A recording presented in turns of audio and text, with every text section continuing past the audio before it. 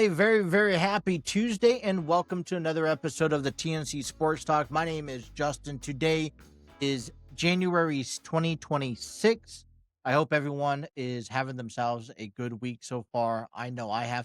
Want to apologize for a late episode yesterday. It actually got published this morning. I'm still getting things sorted out, kind of coming back from a weekend of holiday games and events and trying to find that equal balance of how to maintain this show for consistency for you guys. So I do apologize for the late publication.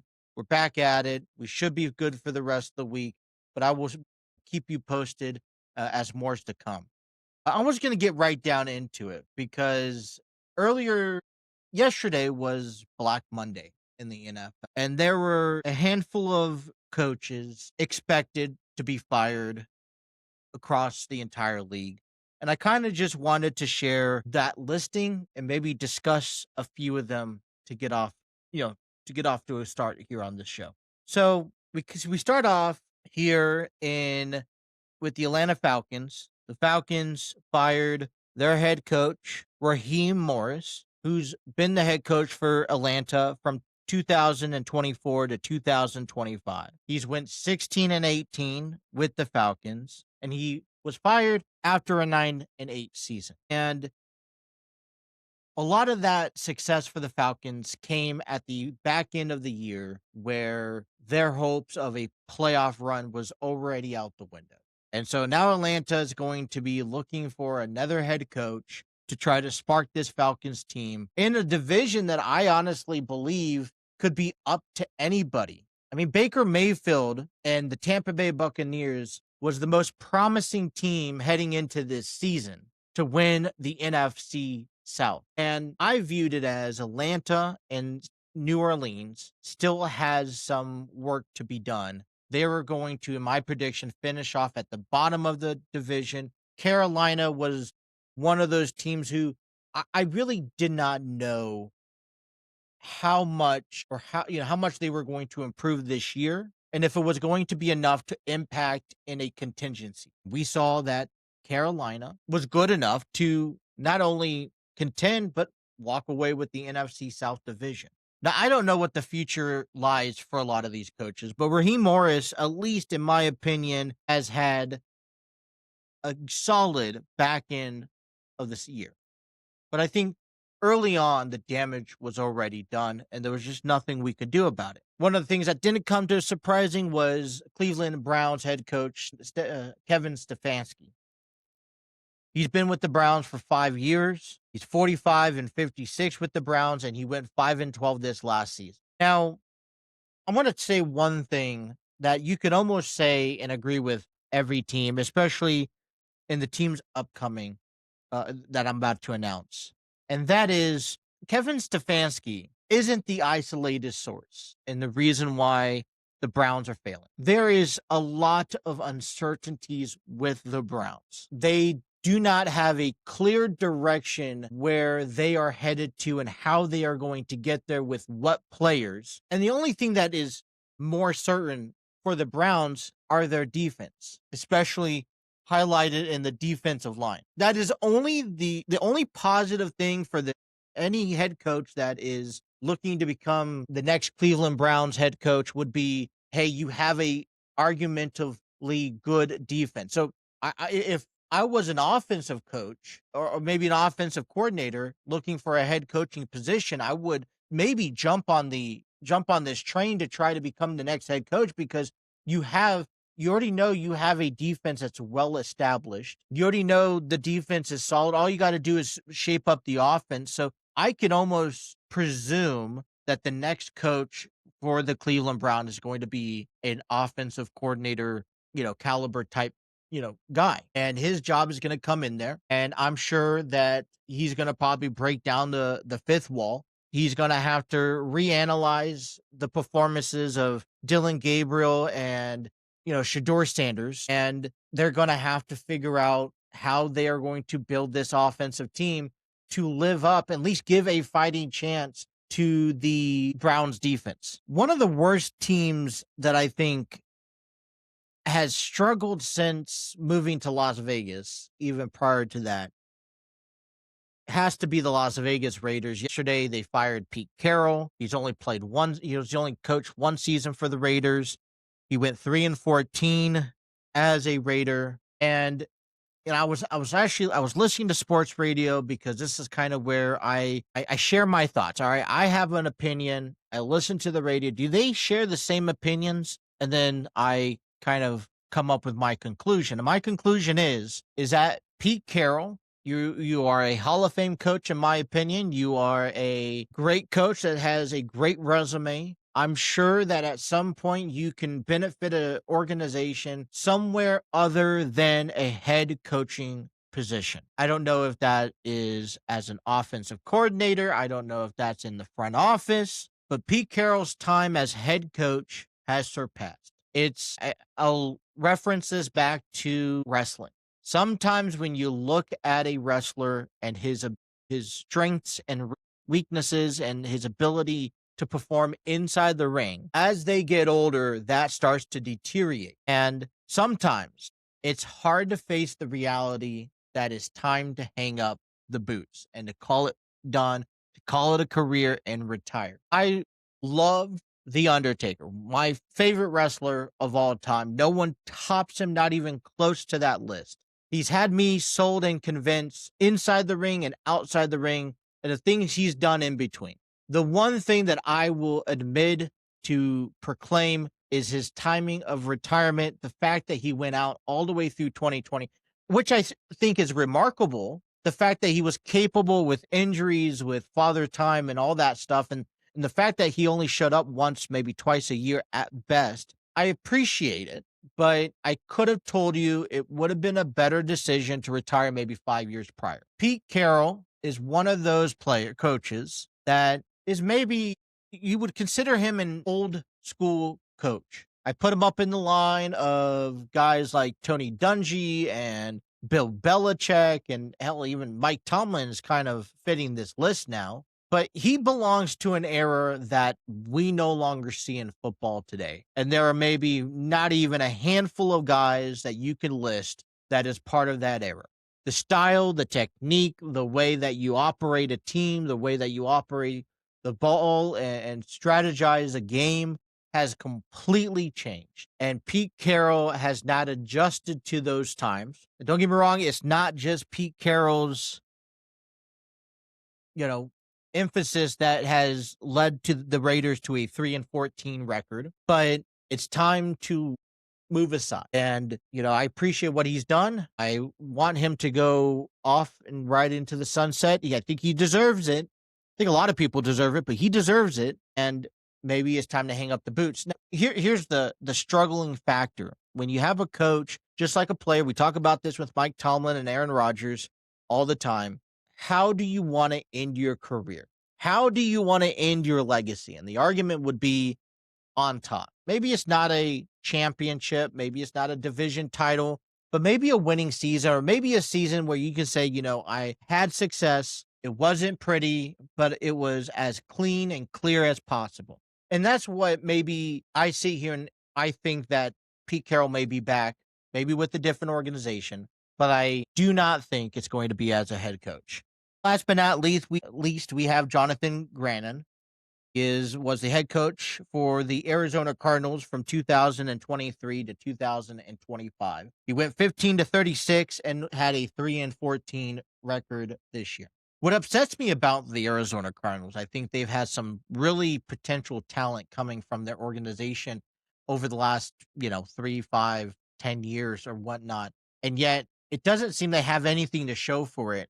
I'm not praising Kyle Murray. I'm not saying that Kyle Murray is an elite quarterback and that he deserves to be in a championship or deserves to have the right players to be on a winning team. But this is one of the careers where you kind of look back and say, well, if he was drafted by a different team, if he was drafted or if he had different coaches under his wing to help build him up, if he had better talent on the roster, if he wasn't in so much of a targeted division, because the NFC West is probably one of the most arguably, high demand divisions of talent in the league, you lose your chance. I mean, you're going up against Seattle, who has kept on keeping their relevancy in the NFL over the years. When you think they're done, they're right back in it. The Rams have been on top of this division along with the 49ers ever since Jimmy Garoppolo, Trey Lance, Matthew Stafford, Jared Goff. And so when you're not catching a break in this division to reset itself like divisions like the South or even the North. So those are the four teams that were fired. I'm sure there's more, missiles later this week as we break down into coaching staff. I look at these results and I just kind of think to myself, does the Bengals are the Bengals included into any of these discussions? Because maybe we don't get rid of Zach Taylor. Maybe we don't get rid of Duke Tobin. Maybe Mike Brown is confident enough to keep them on at least another year and believe in the system. Okay, so be it. What are we going to do? What changes are we going to make? What are we going to do as an organization to improve this team from last year? Because what I'm about to get to in a moment are upcoming free agencies. Are free agencies to be available that are leaving the Bengals this year, and then to be free agencies that are going to be on the market that I would at least like the Bengals to do their due diligence and looking into seeing about picking up one or two players. Obviously, we are ranked number 10, I believe, in the draft this year. And I am assuming we're going to be focusing on either an offensive line or a linebacker or something like that. But the fact that the Bengals haven't made any decisions, haven't made any changes in their organization based off of a record, based off of a performance, regardless of the record, we could have walked away with 17 wins and had a performance that we did this season. And yet we would still be sitting here calling for change. There were embarrassing moments in the year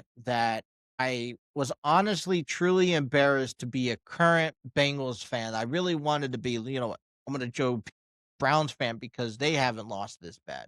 The Bengals need to make changes. We have emphasized that on the show multiple times over the course of the year. Now is the time, we have been patient. We have waited. We have understood that, hey, course of the year, we didn't make anything up front early on. Let's just sit back and wait. Obviously, once the season's done, let's, dive into what we have. Let's break down everything and, get back to work, bring in some good coaching staff. But with how bad the city got this past season, calling for the heads of guys like Zach Taylor and Duke Tobin, it's one thing to say, all right, we're not going to get rid of them. We're going to keep them, but then we're going to make changes. We can say, all right, you know what? That's a compromise. Keep Zach, keep Duke, make changes down on the offensive line, your coaching staff, defensive coordinator, which if anyone would ask me, if we don't get rid of Zach Taylor, defensive coordinator, we need to improve, but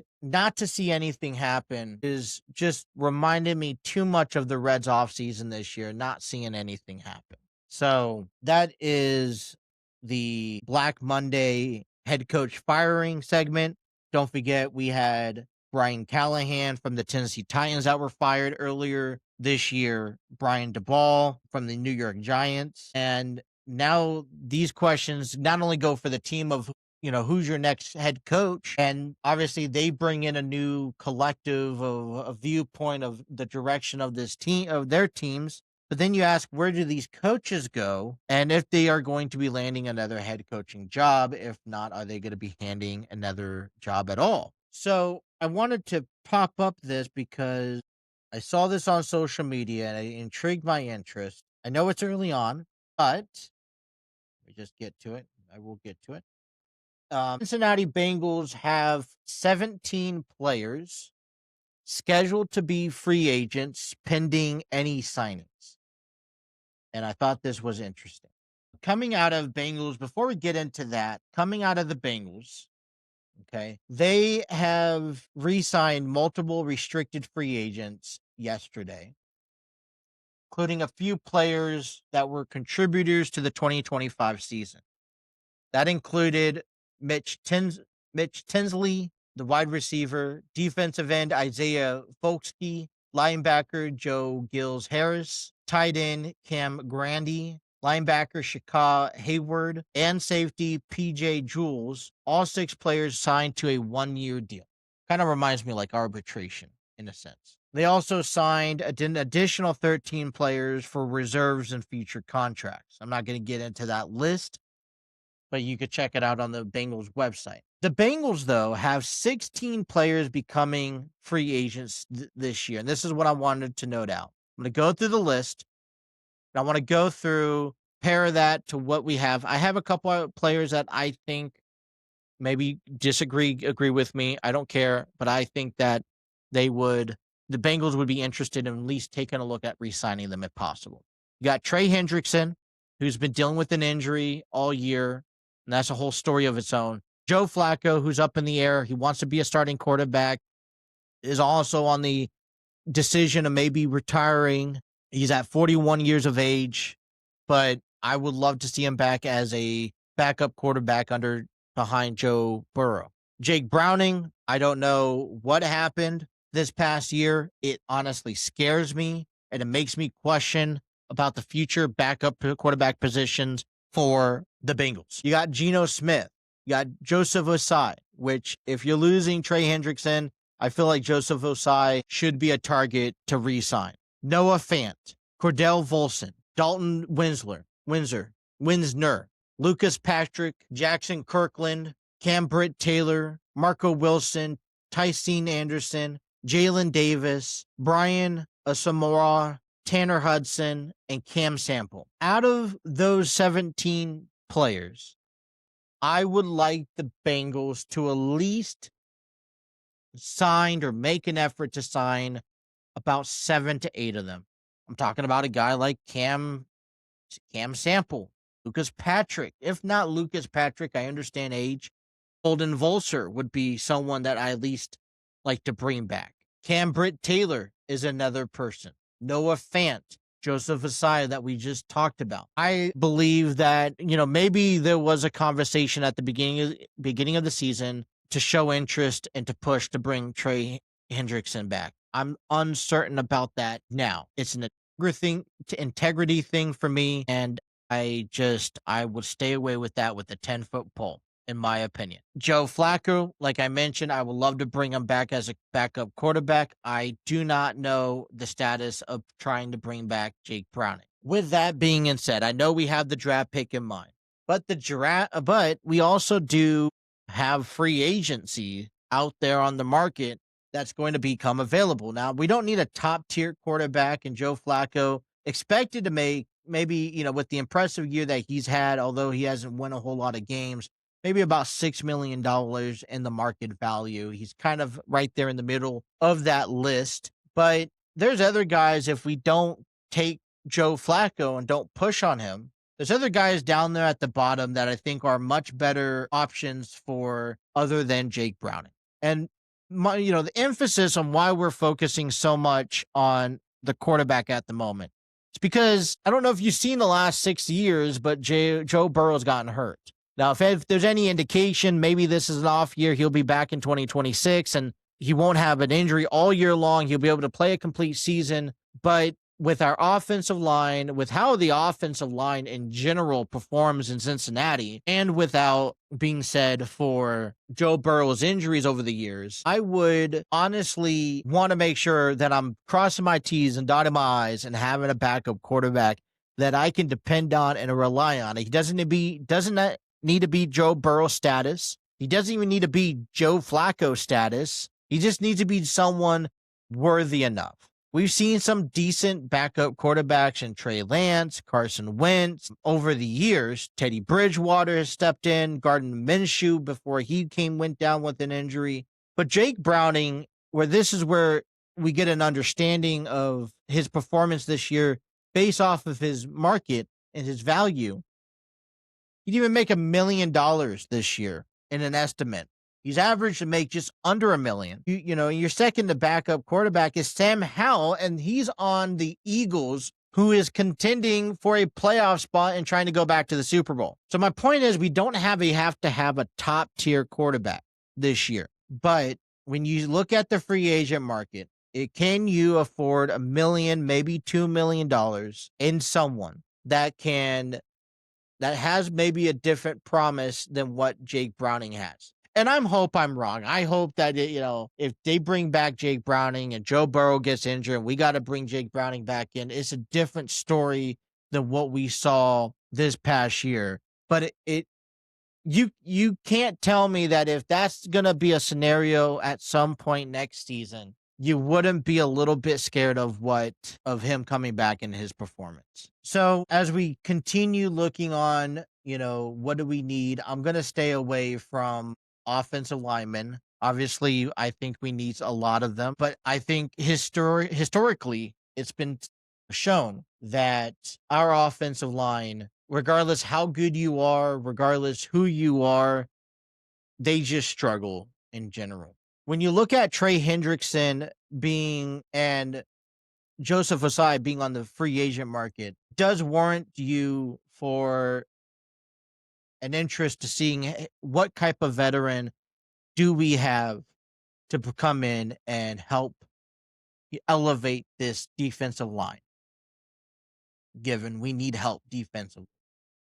Trey Hendrickson is market value this offseason at $25 million. That's at least $7 million more than your second top previous advertised market value player than Khalil Mack, who sits at 18. So let's say, obviously, I think those may be a little too high on the budget, because if you looked at the free agent personnel, as I told you, that we're going to make free agencies here this offseason for the Bengals, that salary cap freed up about $70 million. And if you bring back maybe at least 4 or 5 out of the 8 guys I've mentioned, you're probably sitting about half of that. Well, I mean, you got guys like Joey Bosa making 12. You probably will go up to about 14, 15 million. Do you consider paying a guy of that interest? You got DJ Reader out there with Detroit. He's making about 11, but his value has gone tremendously down. Darius Slay, he's making about 10. Leonard Floyd, who's dropped down to about a market value about 9 million. I mean, you kind of scroll through the list of who's available. Like I said, Joseph Osai fits pretty far down, about 6.5. I know maybe he's looking to collect a payday, but there's, Dante Flowers at 5. So if you want to find someone at similar interest. So I think obviously the Bengals are going to avoid a $30 million contract. I'm anticipating Trey Hendrickson to walk out and explore his options. I would be baffled to see them cut a deal with Trey Hendrickson, but I'd also question them for cutting a deal with Trey Hendrickson, but I got my own beliefs for that. Joseph Osai is someone who if you could work out a deal, I would like to see him. But there are other options, Dante Flower, Leonard Floyd, and so on and so forth, that aren't as expensive as Joseph Osai could be valued this year, but could also give you an impact along with young kids like Shamar Stewart. We got linebackers, who is another list of players that we should maybe want to at least consider. Von Miller is sitting at about $6 million. He was with Washington. Yeah, he's older up there in age, but I think his expertise, reading the quarterback, it fits quite well. You got Quincy Williams and with the Jets. Maybe we invest a little bit more into our linebacker. You got 33-year-old Denzel Perryman, about $2.5 million. And I'm just kind of looking through this list. I glanced at it before the show, but I'm really just kind of scrolling through any names that kind of pop out. And you can probably average about a solid 4 to 5 million on a linebacker. Like I said, the point that I'm trying to make is that free agency is here. Just like the Reds, the question is what are we going to do to improve this team? We know where our weaknesses are at. And I think it's abundantly clear that our weaknesses lie within our defense. I would honestly say that it lies within our coaching staff.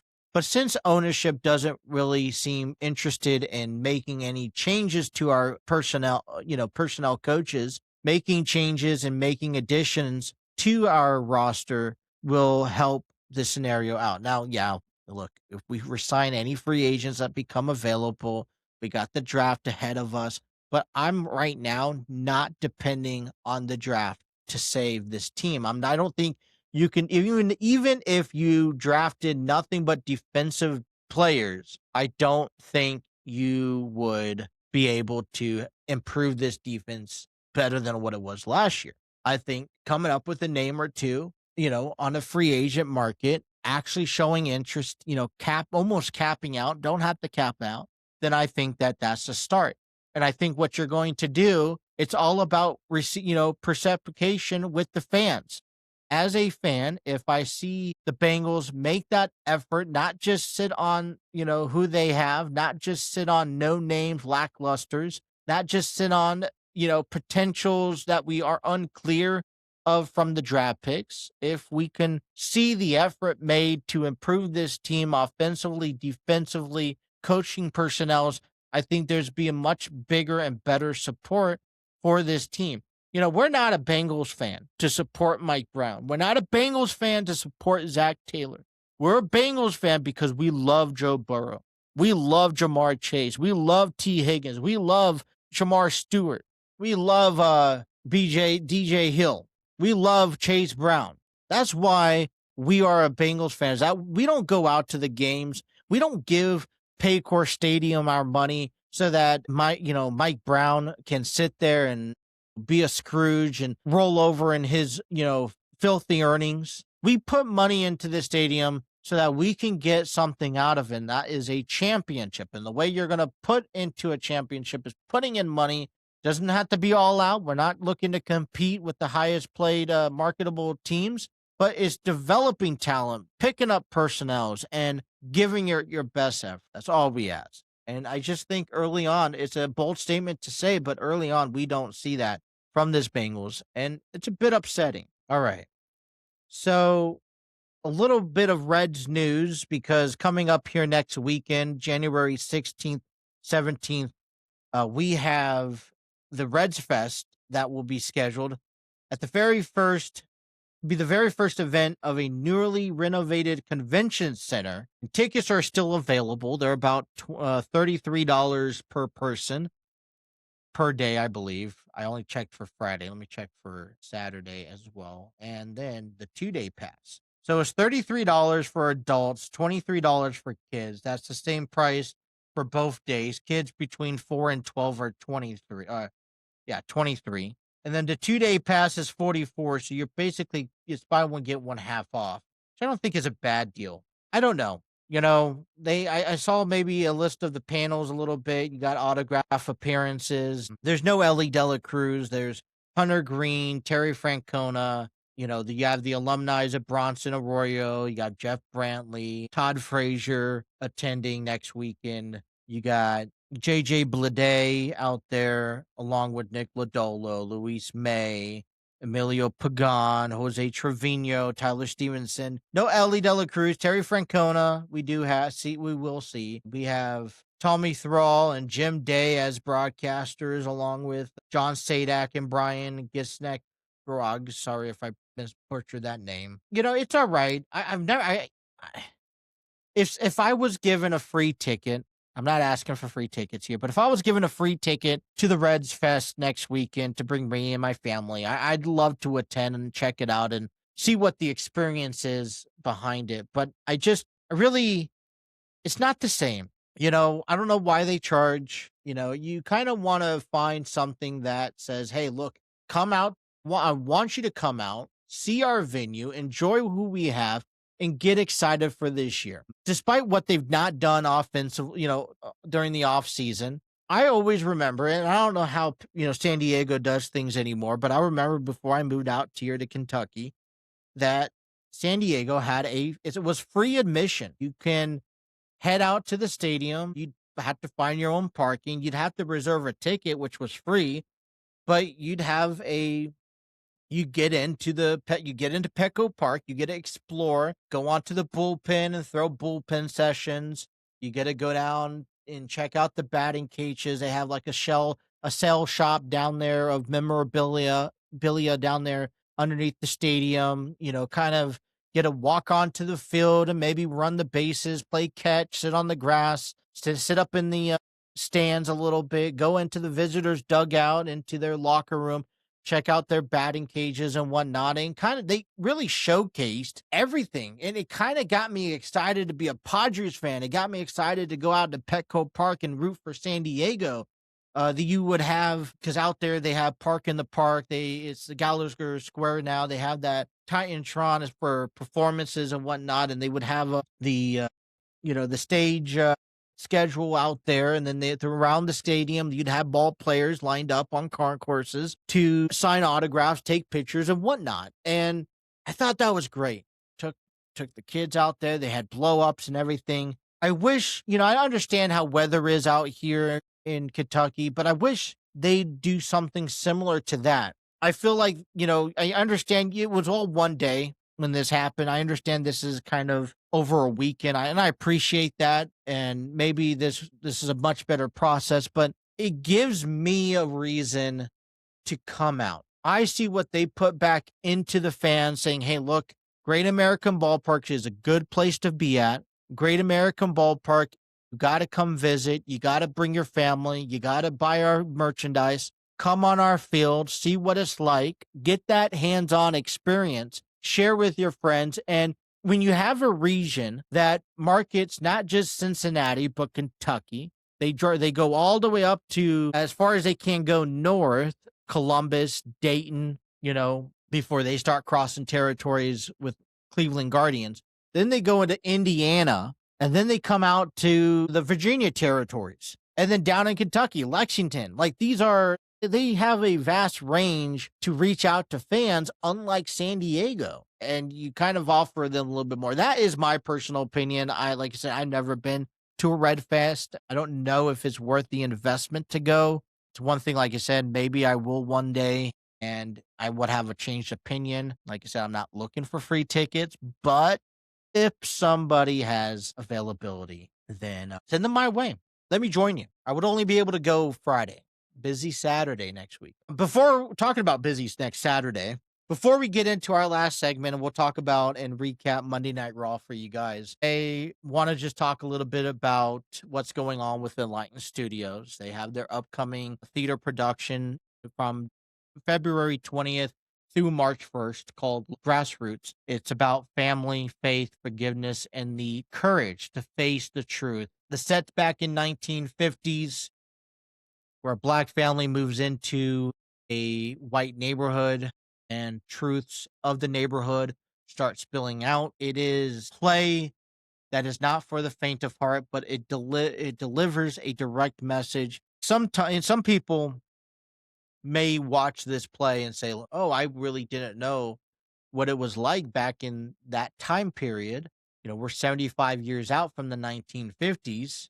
Or some people will be like, oh, wow, let me stop and reflect. That's what Enlighten Studios is all about. They want you to walk away with that message embedded into you, not just for change, but for the better of the community and everyone else. They have tremendous performances over the last several years. This is one of 8 performances for Enlighten Studios, which is a local faith-based performing arts company in Cincinnati. It will take place February 20th through March 1st at the Artsville Theater in Cincinnati, Ohio. Get your tickets today by visiting tickettailor.com. I will make sure a link is in the description provided below. That's something I have lacked of when trying to get these videos out. So I will make sure there is a description in the video below. Get your tickets today and be there at the performances and watch Enlighten Studios. With that being said, Monday Night Raw. Well, at least I'm going to shoot 50 for 50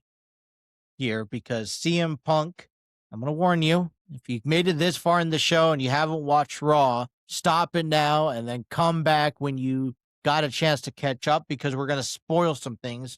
But I'm at least referring back to my episode for yesterday. I have at least going to walk out 50-50, because CM Punk conquers Braun Breaker and beat him to retain the World Heavyweight Championship. It was a Stranger Things edition promoting the final season of Stranger Things. And if you haven't gotten a chance to watch that, that is something that should be put on your bucket list. But, you know, I thought the match was very well. I'm going to take a step back and I want to reflect on this because it's not just about a world heavyweight championship. CM Punk has been pushed to his limit and had to really step up. And this is two tales of the tape.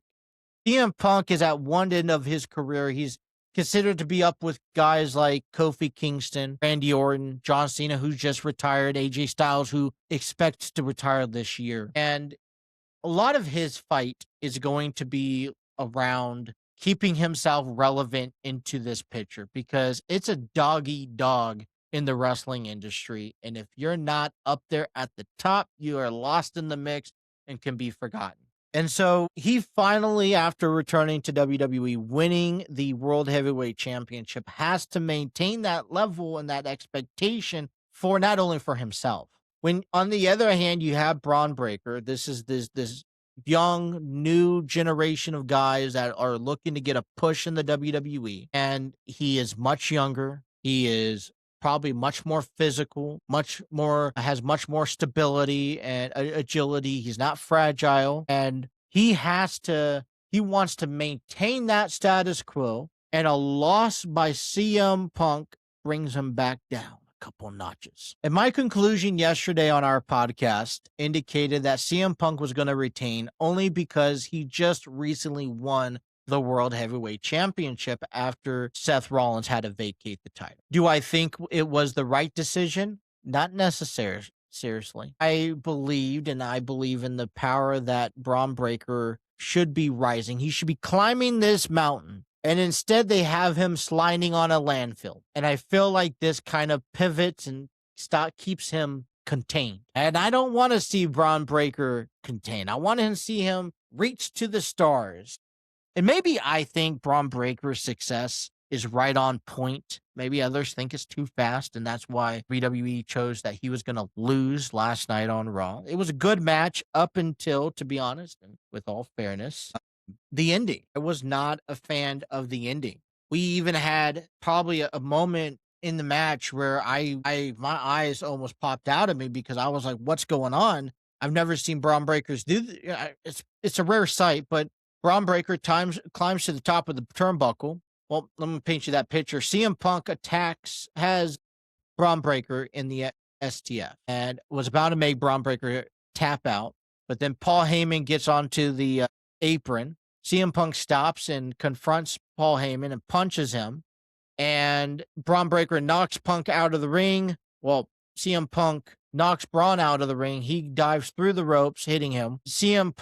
Braun Breaker regains control, climbs to the outside the ring, climbs the top of the turnbuckle, dives out of the ring, off the turnbuckle, onto CM Punk, onto the announce table. Braun gets Punk back in the ring moments later.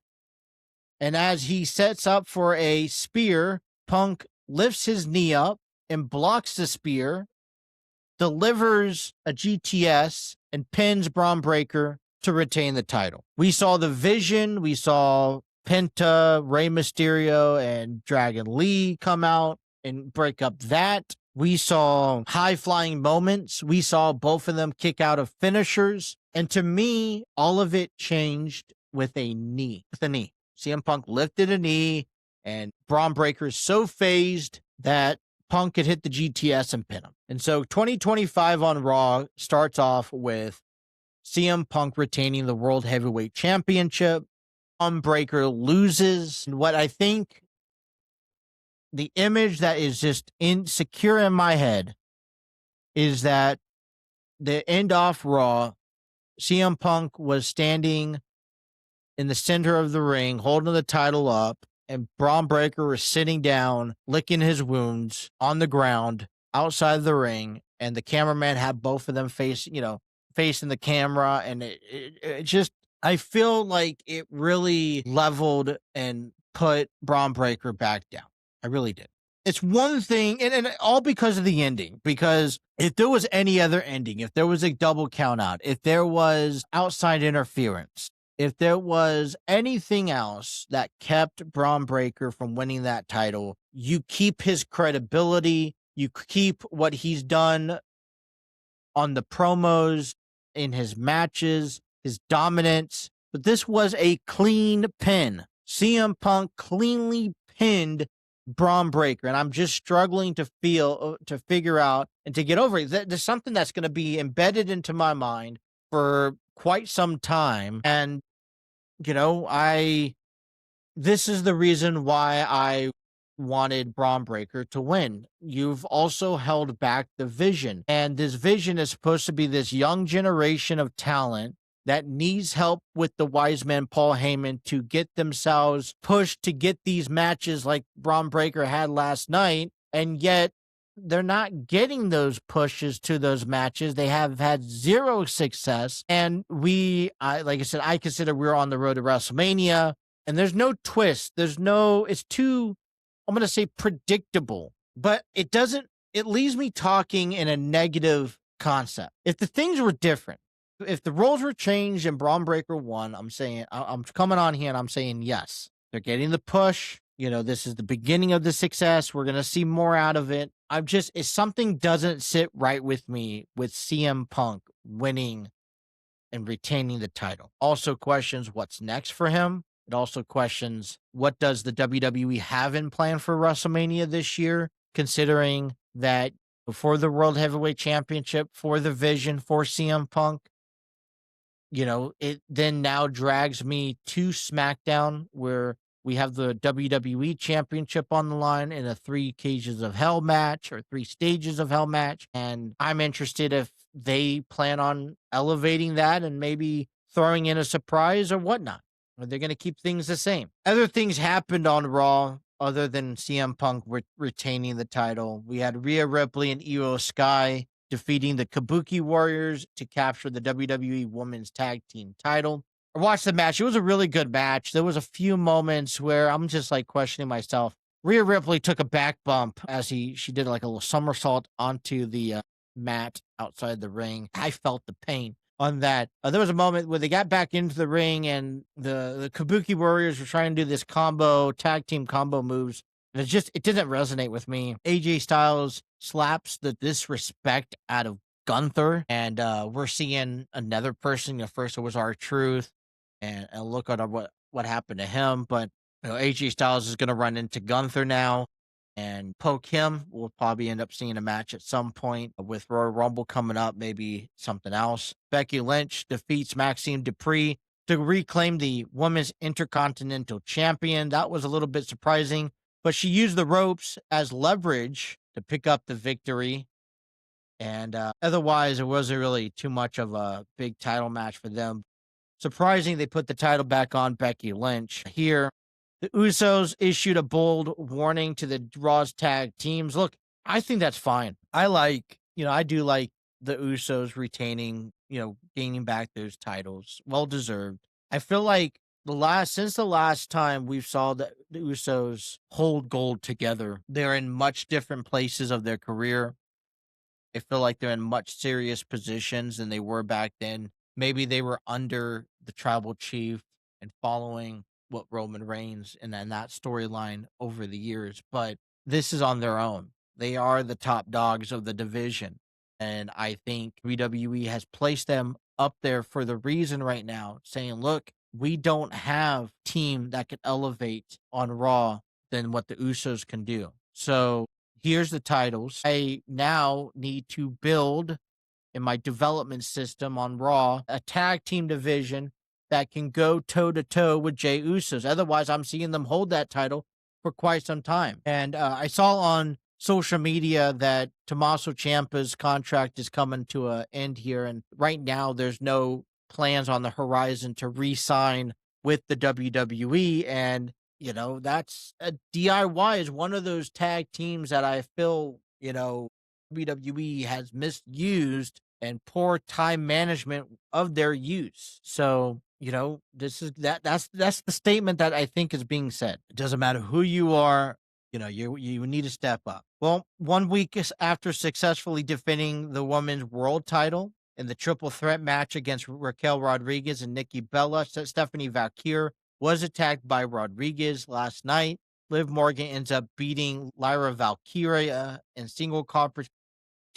An altercation between Bailey and Roxanne Perez outside the ring allowed Liv to hit the Oblivion on Lyra Valkyria for the win. And that's another faction in the WWE that's on Raw, just like Division, that needs to figure out what the forward progress they are here to make.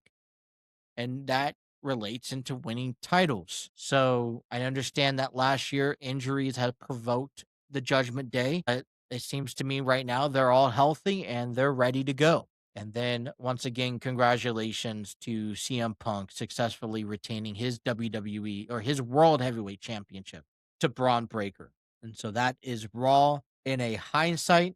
I timed it just right because we are at the end of our episode today. I want to thank everyone for tuning in. Be sure to check us out on our social media pages. I'm trying to be as active as I can on Facebook. You could like, share, and subscribe to our channel on our YouTube page. Check out our TikTok page for shorts and news updates as well. It's coming up tomorrow. It's Wednesday. I'm going to be focusing on the NFL playoffs, getting a first look at these teams, these 14 teams, 12 teams that are competing on this weekend. 6 games over 3 days. It's a lot of football to be played, a lot of fun to be, to have here if you're a football fan, because we're officially done with the season, postseason. And look, with that being said, I have to say it here in January, we are on the countdown to spring training, Reds and catchers reporting, and I'm excited for Reds baseball to return. I'm ready for baseball to return back. And overall, you have the World Baseball Classic, you have you have the first set of games played in Japan coming up in March with, I believe, the Dodgers and the Cubs. And so we are in full swing of this new year, the road to WrestleMania, and so much more. NXT is tonight on, I don't even know what they're on right now. Are they on the CW? No. Man, USA Network possibly. Anyways, NXT is on tonight. Check them out, and we will be back with more content tomorrow. That is all the time I have for you guys today. I want to thank everyone for tuning in, and until next time, you guys have a wonderful rest of your day. Stay safe, stay dry, and enjoy your day. Take care.